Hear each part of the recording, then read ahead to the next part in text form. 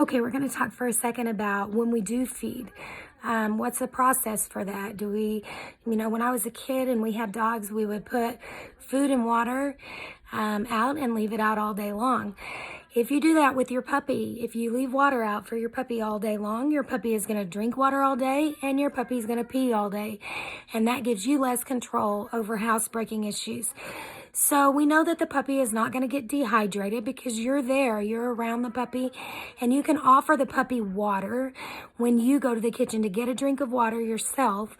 And so when you do that and you offer the water to the puppy, then you know, hey, the puppy should probably go outside after we drink a little bit of water. And so in the morning, when you wake up, immediately take the puppy outside, let the puppy go potty, always in the same spot.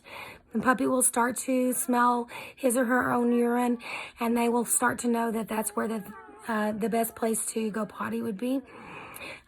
Bring the puppy back inside, put half a cup of food and a bowl of water inside the crate and put it at the back of the crate, but leave the door open on the crate.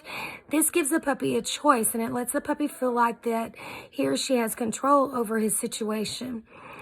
By putting the food and water at the back of the crate, the puppy has to choose to go in.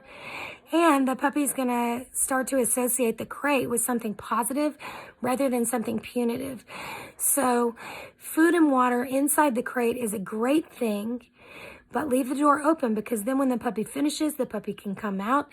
When the puppy comes out, you're watching the puppy and you know, hey, we need to go outside and we need to go potty.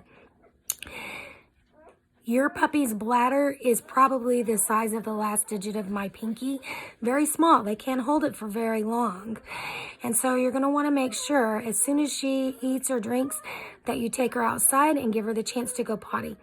When they eat, they usually digest their food much more quickly than an older dog. And so they should have to poop within probably 10 or 15 minutes.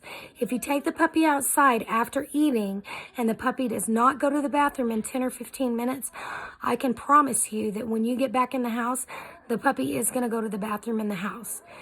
And I like to tell people that 2 accidents in the house, that's already creating a habit, and it's very hard to go back and try to reteach or to recondition positive habits after we've allowed negative ones. So these puppies are very smart. They're definitely able to learn to housebreak within a matter of days. It's a matter of you being consistent, keeping the puppy's area small, paying attention to the puppy. When you can't focus on the puppy should be inside the crate at all times with the door closed. You definitely want to keep an eye on the puppy when the puppy's eating and drinking to make sure that there's no choking for right now because the puppies are still very small. And so as soon as the puppy finishes eating or drinking, go outside and let him take a break. Come back in, take the water and food up and put it up on the counter. And then mid-morning when you go to the kitchen to get yourself a drink, offer the puppy a drink and then take the puppy back outside to let the puppy go potty.